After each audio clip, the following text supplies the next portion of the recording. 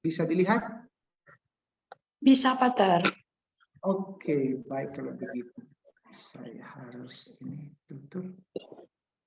Baik, saya akan mulai dengan membaca perikop ini. Bentar, saya harus di sini dulu sebelum.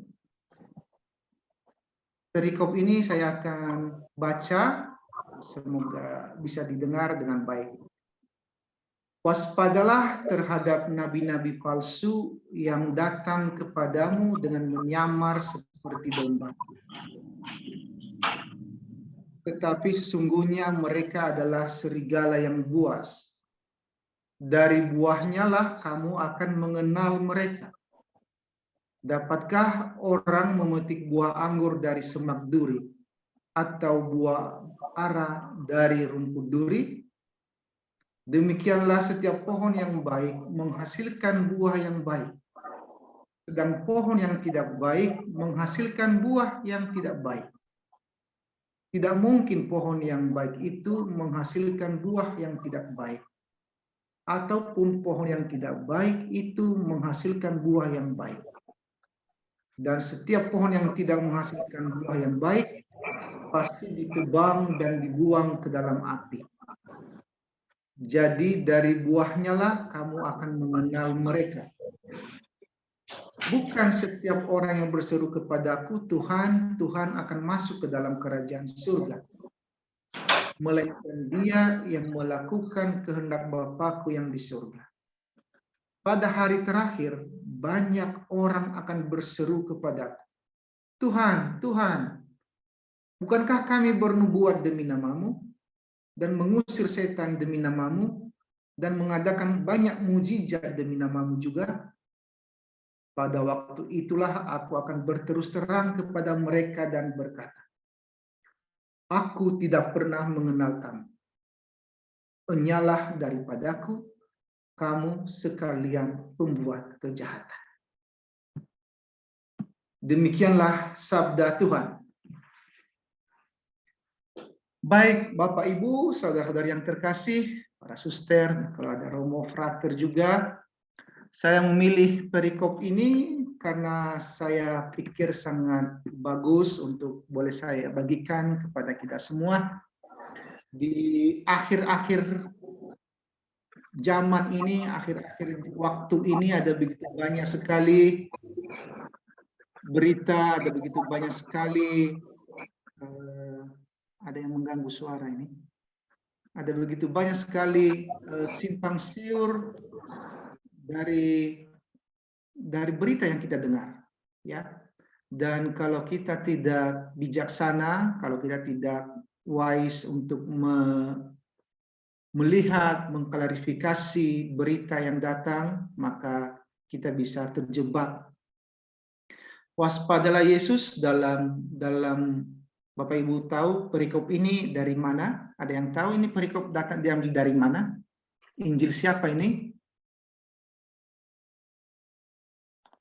Ini adalah Injil Matius.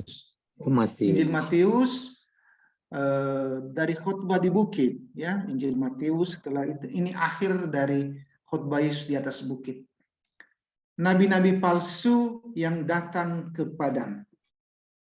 Jadi 2000 tahun yang lalu Yesus sudah antisipasi dan pada waktu itu sudah ada rupanya nabi-nabi palsu.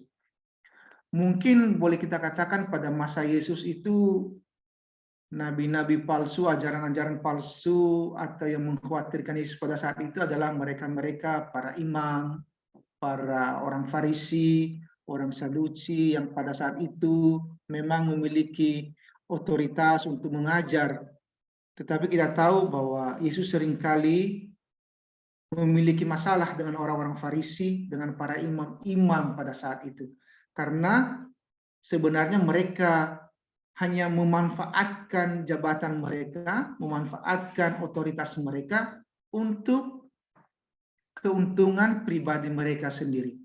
Maka Yesus pun mengingatkan orang-orang pada saat itu, para muridnya pada saat itu untuk waspada kepada mereka ini. Tadi dalam perikop ini disebutkan Mereka menyamar seperti domba, tetapi sebenarnya mereka adalah serigala buas. Menyamar seperti domba, tetapi mereka sebenarnya adalah serigala yang buas. Dan tidak usah jauh-jauh, hari ini ada begitu banyak yang seperti ini. Ada begitu banyak hari ini yang mengaku sebagai domba, sebagai orang baik, sebagai orang tulus, tetapi ada embel-embelnya ternyata. Yesus mengatakan dalam perikop ini, dari buahnya lah kamu mengenal mereka. Banyak orang Katolik juga saat ini terjebak dengan begitu banyaknya mujizat di tempat lain, begitu banyaknya penyembuhan di tempat lain, dan banyak yang meninggalkan gereja Katolik karena merasa bahwa di sana ada Tuhan.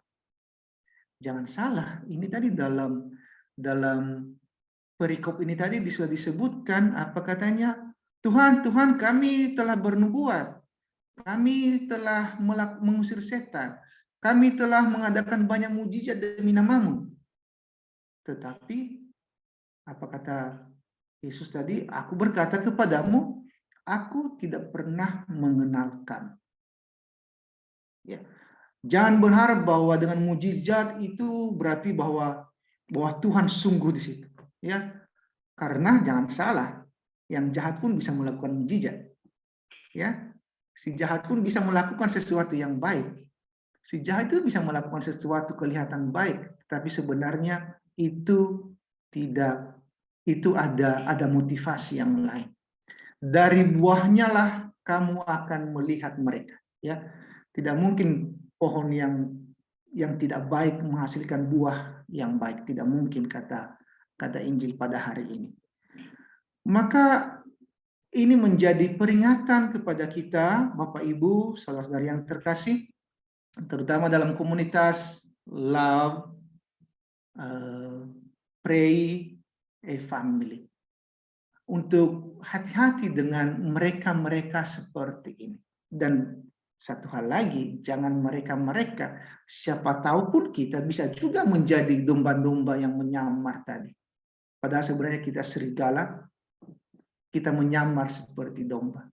Ya, ini juga peringatan untuk diri kita sendiri. Karena kalau sungguh-sungguh kita melakukan itu dengan niat baik, dengan hati yang baik, maka akan kelihatan dari hasilnya. Jadi dari buahnya lah kamu akan mengenal mereka. Apa buahnya? Ya, kalau sungguh niatnya baik, pasti kita melihat hasilnya akan baik. Tapi kalau ada niat yang tidak baik dengan dibungkus oleh hal yang baik, maka pada akhirnya pun akan kelihatan. Bukan setiap orang yang berseru kepadaku Tuhan, Tuhan akan masuk ke kerajaan surga. Dan ini juga peringatan bagi kita. Ya, bukan setiap orang, setiap saat kita berdoa, setiap saat kita berseru-seru kepada Tuhan, dan ternyata itu tidak menjadi jaminan bahwa kita masuk ke dalam surga. Kita akan masuk ke dalam surga. Ini lebih bahaya lagi kepada kita. Ya, lebih bahaya lagi kepada kita kalau kenapa ini bisa terjadi? Kalau hanya lip service, kalau hanya Tuhannya hanya di bibir saja, tapi hati kita jauh dari Tuhan, kita sama seperti orang-orang Farisi yang dalam Injil juga diceritakan, ya.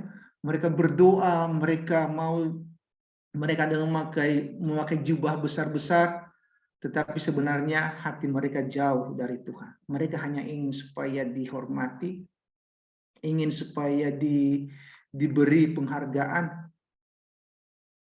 Omongan mereka, doa-doa mereka hanyalah sebagai lip service, ya, supaya kelihatan saja baik, supaya kelihatan saja luar biasa, supaya kelihatan saja Katolik. Ada juga begitu banyak seperti orang Katolik. Maka ada banyak orang-orang Katolik akhirnya yang tidak bertahan meninggalkan gereja Katolik dan pergi ke agama lain. Karena itu tadi, karena ketika mereka tidak mendapat penghargaan itu, ketika mereka tidak mendapat pengakuan itu, mereka akan kecewa. Nah itu tadi, karena apa yang mereka lakukan selama ini tidak sungguh-sungguh dari dalam hati. Ketika motivasinya tidak sungguh-sungguh, maka akan kecewa ketika tidak mendapat pengakuan dari orang lain. Iman kita tidak butuh pengakuan dari siapapun di sini. Iman Katolik itu tidak butuh pengakuan dari orang. Iman kita itu kepada Tuhan. Ya, yang tahu kualitas iman kita itu Tuhan, bukan orang lain, bukan sesama kita yang tahu. Yang tahu kualitas iman, yang tahu kesungguhan hati kita itu adalah Tuhan sendiri yang tahu. Dan itu bisa kelihatan dari hasil-hasilnya. Apa hasil-hasilnya? Saya terus berbuat baik walaupun saya terus dihina. Saya terus mengampuni walaupun saya sering disakiti barangkali. Ya, saya terus mencintai gereja, saya terus datang ke gereja walaupun mungkin homili pastornya tidak baik. Ya, ada begitu banyak umat Katolik tidak suka ke gereja karena homili-homili para pastornya tidak seru katanya. Lebih seru ke gereja lain lebih heboh. Itunya homilinya lebih berapi-api. Apakah kita mencari homili yang berapi-api atau kita mencari Tuhan ke gereja? Nah, ini menjadi permenungan kepada kita semua. Maka sekali lagi waspadalah terhadap nabi-nabi palsu. Dan hari ini ada begitu banyak nabi-nabi palsu yang datang mengedor-ngedor rumah kita. Yang menganggap bahwa di sini Tuhan, orang Katolik itu tidak mengikuti kitab suci, kami yang benar. Agama kami yang benar. Di sini ada Yesus, di situ tidak ada Yesus. Ada banyak orang Katolik yang akhirnya terlena dengan itu. Karena apa? Karena kita tidak memiliki akar yang kuat. Ya, kita tidak memiliki akar yang kuat. Maka sangat menyedihkan dan sangat mengecewakan. Begitu banyak orang-orang Katolik meninggalkan imannya hanya karena itu tadi. Hanya karena kehebohan di sebelah, ya, karena tidak memiliki akar iman yang kuat. Maka Bapak Ibu, saudara yang terkasih, ini adalah tanggung jawab kita semua. Komunitas ini punya tanggung jawab untuk menjaga juga imannya dan iman saudara-saudari kita di sekitar kita. Beriman itu jangan egois. Beriman itu jangan egois. Ya, kita harus peduli juga pada jiwa mungkin anak, cucu, suami, istri, keluarga, adik, kakak yang selama ini tidak mengenal Tuhan, ya. Selama ini imannya sudah mulai kendor, sudah mulai meninggalkan imannya. Kita punya tanggung jawab untuk mengingatkan mereka. Ya.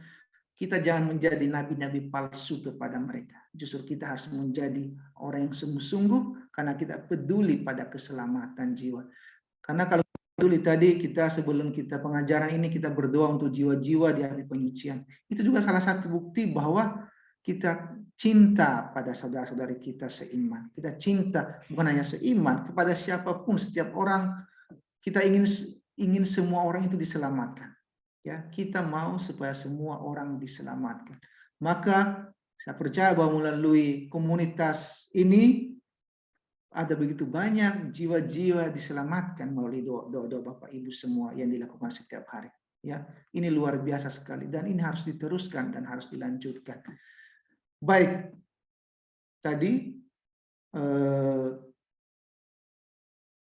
dalam Injil disebutkan bahwa tidak semua orang yang berseru kepadaku Tuhan, Tuhan akan masuk kerajaan surga. Dan ini menjadi permenungan kita. Ya, apakah saya nanti bisa masuk apa tidak? Saya kira ini menjadi permenungan kita. Apakah saya dengan doa rosario setiap hari, dengan berdoa Bapa Kami setiap hari, saya akan masuk surga? Nah, itu kembali kepada diri, kembali kepada permenungan kita masing-masing. Tetapi jangan khawatir juga bahwa kalau memang kita sungguh-sungguh, kalau kita sungguh-sungguh beriman, kalau kita sungguh-sungguh mengenal Tuhan kita, ya itu ada jaminan. Apa kata Yesus? Barang siapa yang percaya kepadaku akan apa? Kita akan ada jaminan, ada hidup yang kekal. Ya, Yesus memberi jaminan itu. Ada jaminan itu kepada kita. Nah, dari tema yang saya bagikan sebenarnya untuk hari ini, saya mengambil tema ini, Bapak Ibu. Ignorance of Scripture is ignorance of Christ. Kalau tak mengenal kitab suci, tak mengenal Kristus. Ini dikatakan oleh Santo Hieronymus yang lahir. Santo Hieronymus ini adalah Dulu dia adalah mantan sekretaris Paus Damasius, ya, pada abad ketiga, abad keempat lah, ya, 34, pada abad 3 keempat. Lalu setelah itu dia pergi ke Bethlehem. Dia pergi ke Bethlehem, di sana dia menerjemahkan kitab suci itu dari bahasa Ibrani, ini pada abad keempat, ya. Dia menerjemahkan kitab suci dari bahasa Ibrani ke bahasa Latin, ya. Namanya Hieronymus. Dia lahir di Stridon. Hari ini belum tidak ada yang tahu pastinya di kota mana, tapi mungkin antara Bosnia atau Kroasia, ya, di antara itu tempat. Pada tahun 347. Dia wafat di Bethlehem 30 September tahun 420. Nah, masa-masa ini ada begitu banyak orang-orang hebat dalam gereja Katolik. Ini Hieronymus, kalau pernah dengar Santo Agustinus, Santo Ambrosius, ya, itu mereka hidup hampir pada zaman-zaman yang sama. Jadi Hieronymus inilah yang menerjemahkan kitab suci. Dia diminta oleh Paus pada saat itu untuk menerjemahkan kitab suci dari bahasa Ibrani ke bahasa Latin yang disebut dengan Vulgata, ya, yang disebut dengan Vulgata. Tadi ignorance, kalau tidak mengenal kitab suci sama dengan tidak mengenal Kristus. Sama dengan bahasa Indonesia, kalau tak kenal maka tak sayang, ya. Kalau kita tidak mengenal Tuhan, bagaimana kita bisa sayang pada Tuhan? Ya, bagaimana kalau kita kenal seseorang, kita tidak mungkin sayang. Ya, jadi yang menjadi pertanyaan sekarang, apakah lebih duluan mengenal baru sayang, atau sayang dulu baru mengenal? Tergantung, kembali lagi kepada kita semua. Lebih suka sayang dulu baru mengenal, atau mengenal dulu baru sayang? Ya, sudah pasti bahwa kita kenal dulu supaya kita lebih sayang, kan? Karena kalau kita tidak kenal, bagaimana cara kita untuk menyayangi dia? Oke. Nah, saya lanjutkan. Sebagai orang Katolik, apakah saya sungguh mengenal kitab suci saya? Bapak Ibu punya kitab suci di rumah atau tidak? Boleh nggak saya mau lihat? Kalau yang punya di samping sekarang bisa diangkat. Bisa, saya mau lihat sampulnya. Ada nggak yang punya kitab suci di sebelah? Atau selama ini pakai HP saja? Ada nggak yang punya kitab suci dekat Bapak Ibu? Boleh diangkat, saya mau lihat.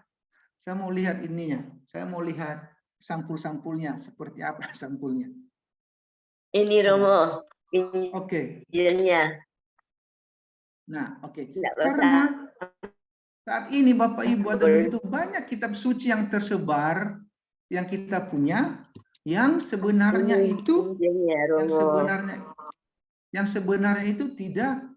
tidak apa namanya ya, tidak dikenal oleh gereja Katolik. Makanya hati-hati kalau ada yang menawarkan kitab suci, harus hati-hati.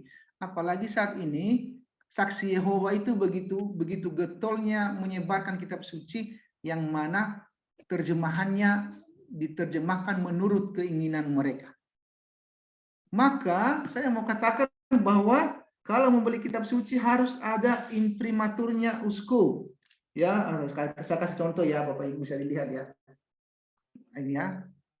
Jadi harus ada ada lembaga gereja itu yang memberikan, yang mengetahui bahwa ini adalah, jadi terjemahannya diterima. Ini namanya Lembaga Biblika Indonesia. Jadi setiap terjemahan itu harus ada semacam diketahui, disetujui oleh gereja, KWI, Lembaga Biblika. Ya, jangan sembarangan beli kitab suci yang tidak ada imprimaturnya, yang itu harus diakui seperti ini, terjemahan diterima dan diakui oleh konferensi wali gereja. Bapak Ibu, ada begitu banyak kitab suci yang diterjemahkan tidak setia pada terjemahan aslinya. Ya, mereka terutama yang punya saksi-saksi Yehova saat ini. Mereka begitu getol membuat itu gratis, dikasih saja, padahal terjemahannya itu tidak sungguh-sungguh terjemahan yang baik. Maka orang Katolik harus waspada dengan ini. Bapak Ibu, saya kasih tunjuk dari sini bagaimana, sudah tahu bahwa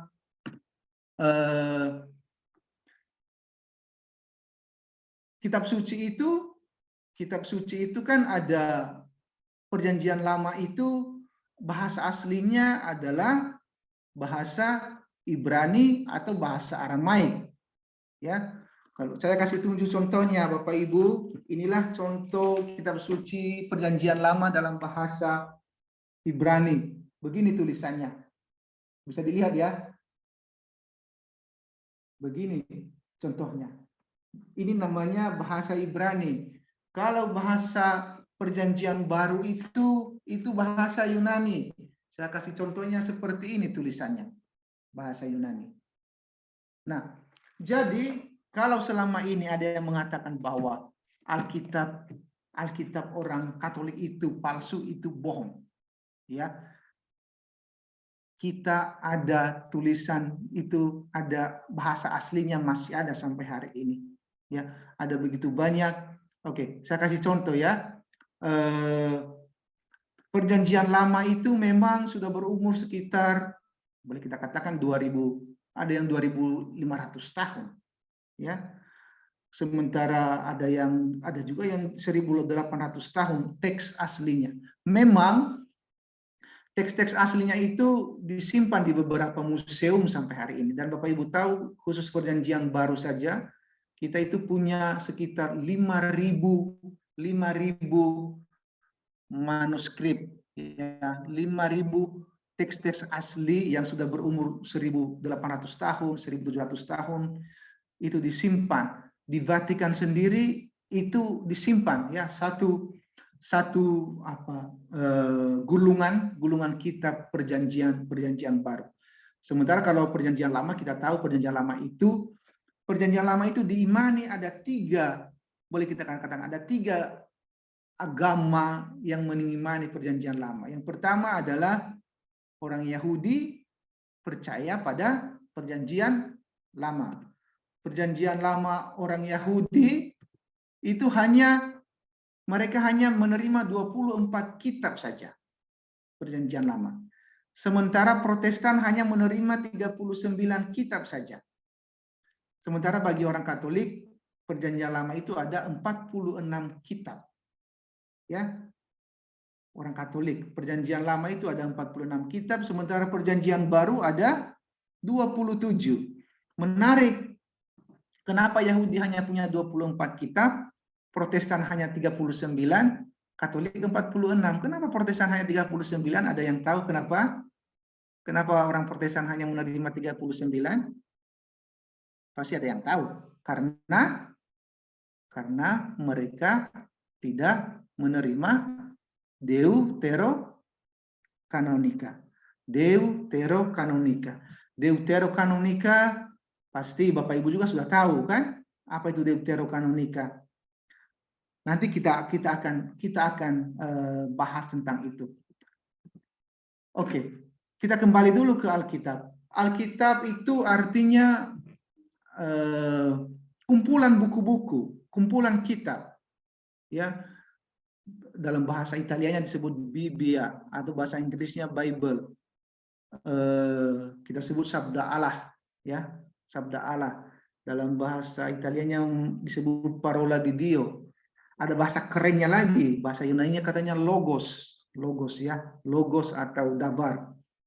Jadi apa itu Perjanjian Lama? Perjanjian Lama itu menceritakan buku atau tulisan yang menceritakan hubungan Allah dengan umat manusia, pilihannya terutama yaitu orang-orang Israel. Sementara Perjanjian Baru menceritakan apa yang diceritakan dalam Perjanjian Baru? Allah yang menjadi manusia dalam diri Yesus. Ya. Nah, jadi kedua kitab ini, kitab ini hanya satu, tapi ada Perjanjian Lama dan ada Perjanjian Baru. Kita umat Katolik percaya kita menerima 46 Perjanjian Lama dan 27 kitab Perjanjian Baru. Nah, saya mau kembali tadi kepada Deuterokanonika.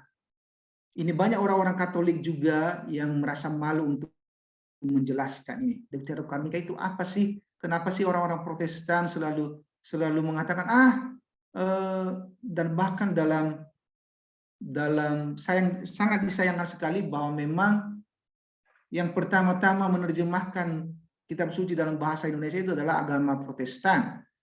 Kita Katolik ya baru sekarang memulai, tapi sebenarnya kita termasuk telat. Akhirnya dalam terjemahan mereka memisahkan Deuterokanonika. Sementara kalau kita beli buku kitab suci bahasa Inggris, bahasa apapun di luar negeri itu tidak dipisahkan. Ia tetap sama masuk dalam satu urutan. Cuma di Indonesia dipisahkan, ada Alkitab dengan tambahan Deuterokanonika. Nah, Bapak Ibu, kenapa Deuterokanonika itu terjadi? Nah, ini saya mau menjelaskan, mungkin tidak terlalu rinci, tapi saya mau mengatakan begini saja. Deuterokanonika itu adalah kitab-kitab di mana orang-orang Protestan tidak menerima, terutama Luther tidak menerima buku-buku itu. Bagi mereka itu bukan buku yang diilhami oleh Tuhan. Ya, bagi mereka itu hanya buku-buku baik untuk dibaca, tetapi tidak menjadi bagian. Kenapa tidak menjadi bagian? Oke. Kita kembali dulu pada abad kedua sebelum Masehi. Pada abad kedua sebelum Masehi ada seorang raja Ptolomeo. Ptolomeo itu raja di Mesir pada saat itu. Dia meminta supaya diterjemahkanlah kitab suci Ibrani itu, orang Yahudi itu, ke dalam bahasa Yunani. Karena pada saat itu yang menjadi bahasa populer adalah bahasa Yunani. Seperti sekarang bahasa Inggris, dulu itu bahasa Yunani. Jadi diterjemahkanlah kitab suci itu dari bahasa Ibrani ke bahasa Yunani yang disebut dengan Septuaginta. Kalau Bapak Ibu lihat di sini ada Septuaginta ya namanya, Septuagint. Itu adalah terjemahan kitab suci bahasa Ibrani ke dalam bahasa Yunani. Karena memang pada saat itu bahasa yang dipakai yang populer pada saat itu adalah bahasa Yunani. Dan menariknya bahwa Yesus sendiri memakai Septuaginta ini, ya, memakai terjemahan ini Septuaginta karena memang itulah kitab suci yang dipakai pada saat itu. Nah, akhirnya di dalam Septuaginta ini ada termasuk semua buku-buku yang Deuterokanonika itu. Ya, ini harus dimengerti. Jadi buku-buku Deuterokanonika yang disebut di Deuterokanonika itu termasuk di dalamnya, termasuk di dalam Septuaginta ini. Jadi itu sudah dipakai oleh para rasul dan komunitas awal Kristen pada waktu itu. Dan itu dilanjutkan oleh para rasul, komunitas-komunitas yang melanjutkan memakai buku ini sampai hari ini. Apa yang terjadi pada tahun abad 15 ketika mulai ada reformasi dalam gereja, Luther merasa bahwa buku ini tidak masuk ke dalam, dia merasa bahwa ini tidak menjadi bagian dari kitab suci. Karena orang Ibrani sendiri juga, orang Yahudi tidak menerima buku-buku Deuterokanonika itu. Kenapa? Karena bagi mereka tidak ada terjemahan, tidak ada naskah aslinya dalam bahasa Ibrani. Nah, satu syarat kepada orang-orang Yahudi pada saat itu, mereka menerima buku itu hanya yang punya naskah original dalam bahasa Ibrani. Kalau tidak ada naskah original dalam bahasa Ibrani, mereka tidak terima. Pada waktu itu, teks-teks Deuterokanonika ini belum ada naskah aslinya, tidak ditemukan naskah aslinya dalam bahasa Ibrani. Maka mereka tidak menerima itu. Oke, lanjut. Jadi Luther merasa bahwa dia juga tidak menerima ini. Nah, kita boleh katakan bahwa sebenarnya Luther, agama-agama reformasi itu mengikuti kitab sucinya orang-orang Yahudi. Dengan kata lain, mereka bisa kita katakan adalah sekte dari Yahudi sebenarnya, ya. Kalau mau mengatakan lebih ini, ya. Nah, apa yang terjadi Bapak Ibu pada awal abad 19, akhir 18, ditemukan dalam beberapa tempat, baik itu di Mesir, Geniza di Mesir, ada satu ruangan gudang yang dulu ada di belakang sinagoga, karena dulu kalau teks kitab suci itu hanya disimpan di dalam sinagoga, tidak boleh dibawa pulang ke rumah, karena juga kan tidak ada bukunya pada saat itu ya. Jadi, nah teks-teks itu kalau sudah tua, kalau sudah tidak layak dipakai lagi, akan disimpan di gudang di belakang sinagoga. Lalu pada awal abad 19 ditemukan satu sinagoga, ada satu temuan di mana mereka menemukan teks-teks kitab suci dan di dalamnya ada Deuterokanonika ini dan ada bahasa aslinya dalam bahasa Ibrani. Akhirnya terpatahkanlah argumen mereka yang mengatakan bahwa tidak ada dalam bahasa Ibrani teks-teks ini. Ternyata ada. Ketika ada penemuan di Qumran, kalau pernah ke Yerusalem, Qumran, di gua-gua itu, rupanya ditemukan juga di situ teks-teks asli dalam bahasa Ibrani. Jadi terpatahkanlah apa yang selama ini mereka tuduhkan kepada gereja Katolik, bahwa gereja Katolik mengimani Deuterokanonika ini. Kenapa disebut Deuterokanonika?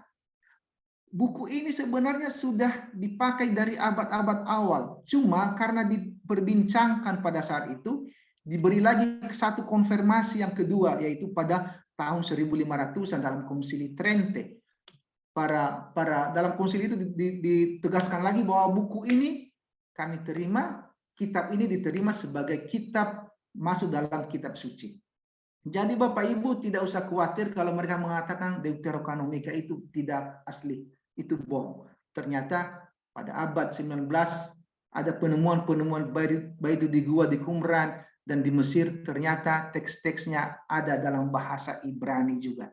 Jadi teks-teks ini sebenarnya kitab suci ini sudah dipakai oleh para rasul, para komunitas-komunitas awal. Jadi kita harus bangga bahwa Deuterokanonika ini tetap dibawa, tetap diimani oleh gereja Katolik, bagian dari kitab suci. Oke, sekarang jam berapa? Oke, tinggal sedikit lagi saya lanjutkan. Saya kembali Bapak Ibu kalau belum baca, saya mengajak Bapak Ibu untuk kembali ke Katekismus Gereja Katolik. Ya, saya baca. Mengapa dan dengan cara bagaimana wahyu ilahi itu diwariskan? Oke, Allah menghendaki agar manusia diselamatkan dan sampai pada pengetahuan akan kebenaran Kristus. Karena alasan inilah Kristus harus diwartakan kepada semua menurut perintahnya. Pergilah dan baptislah segala bangsa. Dan ini diwariskan oleh tradisi apostolik. Apa itu tradisi apostolik? Bapak Ibu sering dengar ini pasti. Apa itu tradisi apostolik? Tradisi apostolik adalah pewarisan pesan Kristus yang diturunkan sejak awal kekristenan melalui khotbah, kesaksian, institusi ibadah, dan tulisan-tulisan yang diilhami. Para rasul mewariskan apa yang sudah mereka terima dari Kristus. Oke, ya.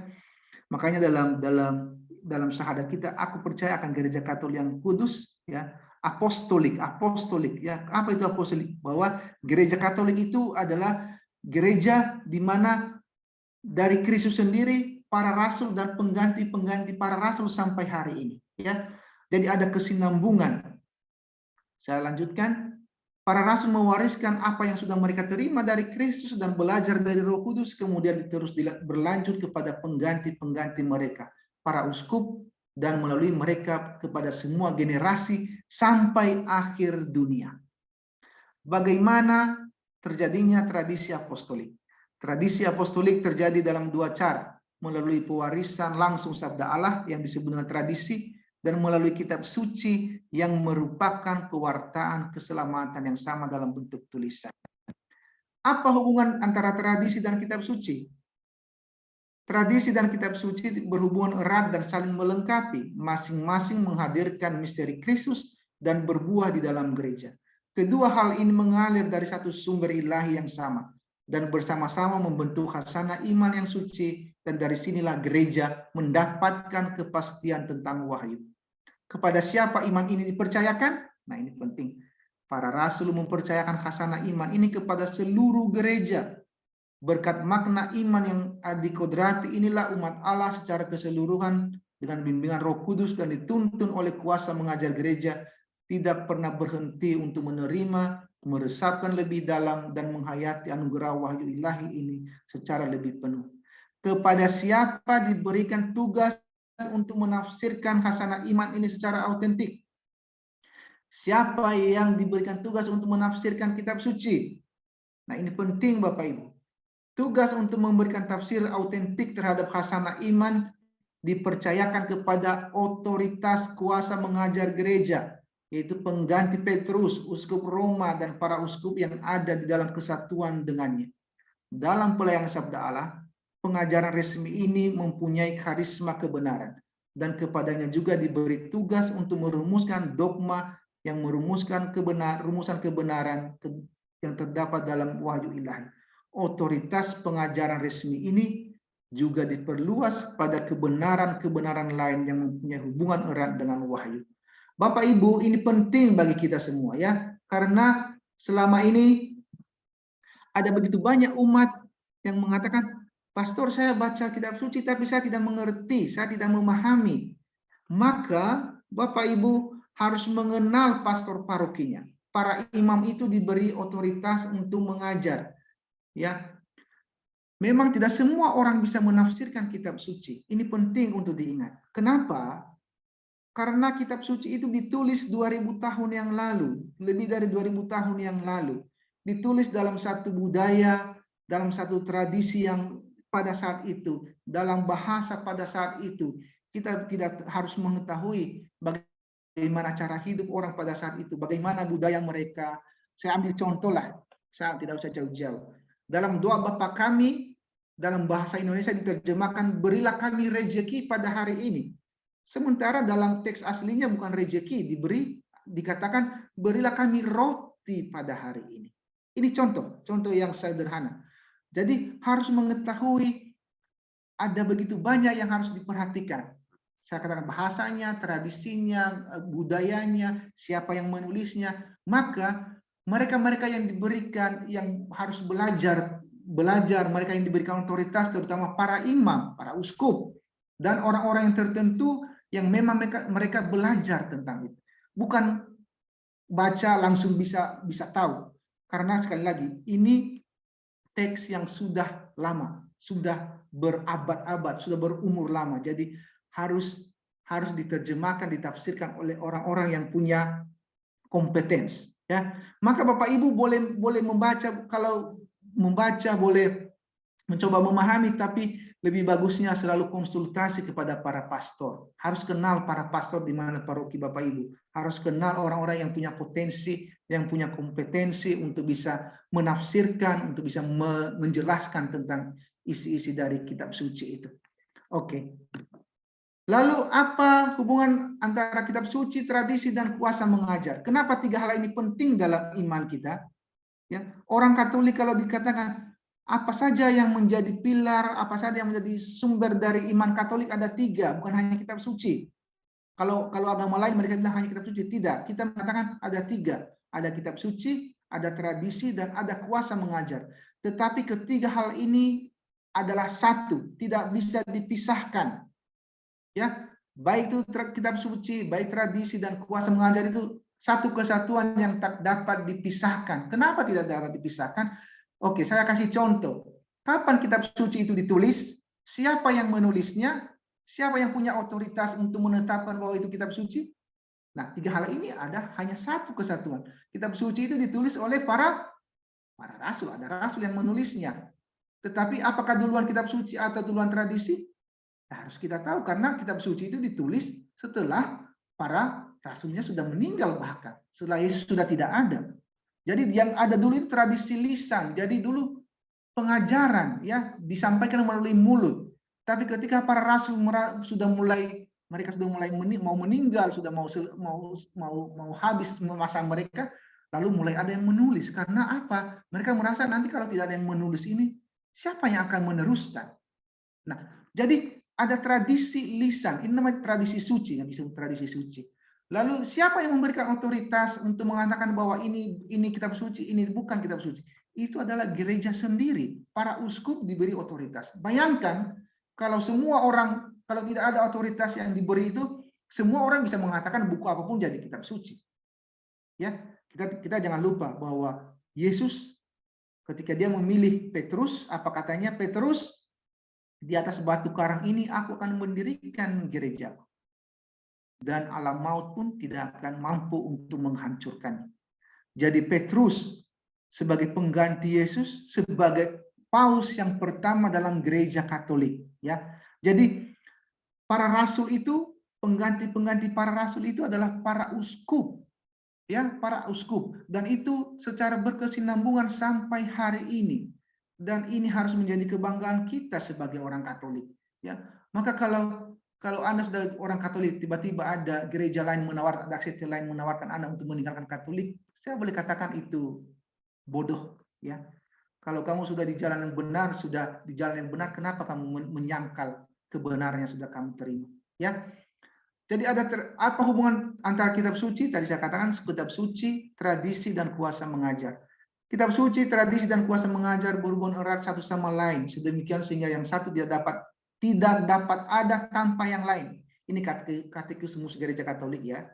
Dengan bekerja sama masing-masing dengan caranya sendiri, ketiga hal tersebut memberikan sumbangan secara efektif bagi keselamatan jiwa-jiwa di bawah naungan karya Roh Kudus. Mengapa kitab suci mengajarkan kebenaran? Karena Allah sendirilah pengarang kitab suci. Atas alasan inilah kitab suci disebut terinspirasikan dan tanpa kesalahan mengajarkan kebenaran yang perlu untuk keselamatan kita. Roh Kudus menginspirasi para pengarang yang menuliskan apa yang dia inginkan untuk mengajar kita. Tetapi iman Kristen bukanlah agama kitab. Oke, ya. Iman Kristen bukanlah agama kitab. Ya. Jadi sabda itu menjadi manusia, bukan menjadi buku. Ini penting untuk Bapak Ibu. Maka kalau ada umpamanya orang yang merusak kitab suci, tidak usah marahlah. Ya, karena iman kita bukan di kitab suci, bukan di lembaran-lembaran kertas itu, bukan di situ. Iman kita pada Allah yang hidup. Dia adalah manusia, firman yang telah menjadi manusia, yaitu Yesus Kristus. Ya, jadi iman Kristen bukanlah agama kitab, ya, bukanlah agama kitab, tetapi agama sabda Allah. Bukan kata-kata yang tertulis dan bisu, melainkan sabda yang menjadi manusia dan hidup. Maka Bapak Ibu kalau punya kitab suci di rumah, kalau tidak pernah dibaca atau ada di bawah lemari, ada sudah bertahun-tahun tidak pernah dibuka, lah itu bukan menjadi kitab suci lagi, itu menjadi buku biasa karena tidak pernah dibaca. Dia itu menjadi kitab suci ketika kita baca dan kita coba pahami, kita coba mengerti, dan artinya membaca kan mengenal. Tadi saya mengatakan kalau tidak mengenal kitab suci berarti tidak mengenal Kristus. Maka mulai sekarang Bapak Ibu habis pertemuan ini coba cari kitab suci yang selama ini bertahun-tahun disimpan di mana? Diambil, kasihan kalau apalagi kalau sudah berdebu. Ya. Bagaimana kitab suci seharusnya dibaca? Nah, ini penting. Kitab suci harus dibaca dan ditafsirkan dengan bantuan Roh Kudus dan di bawah tuntunan kuasa mengajar gereja. Ini penting ya. Di bawah tuntunan kuasa mengajar gereja menurut kriteria. Yang pertama, harus dibaca dengan memperhatikan isi dan kesatuan dari seluruh kitab suci. Jangan satu-satu ayat diambil untuk membenarkan kita. Kadang sering itu kan. Oh, ini kata Tuhan dalam Injil begini. Tidak boleh. Harus satu kesatuan. Jangan suka mengutip satu ayat lalu itu dijelaskan padahal hilang dari konteksnya. Ya, karena setiap perikop itu ada konteksnya, ada kejadiannya, harus dipahami secara keseluruhan. Harus dibaca dalam tradisi yang hidup dalam gereja. Oke, bagaimana gereja menghayati Injil itu? Bagaimana gereja menghayati kitab suci itu? Yang ketiga, harus dibaca dengan memperhatikan analogi iman, yaitu harmoni batin yang ada di antara kebenaran iman itu sendiri. Ini page yang terakhir. Bagaimana kesatuan perjanjian lama dan perjanjian baru? Kitab suci adalah satu sejauh sabda Allah itu satu. Rencana penyelamatan Allah itu satu. Dan inspirasi ilahi dari kedua perjanjian itu juga satu.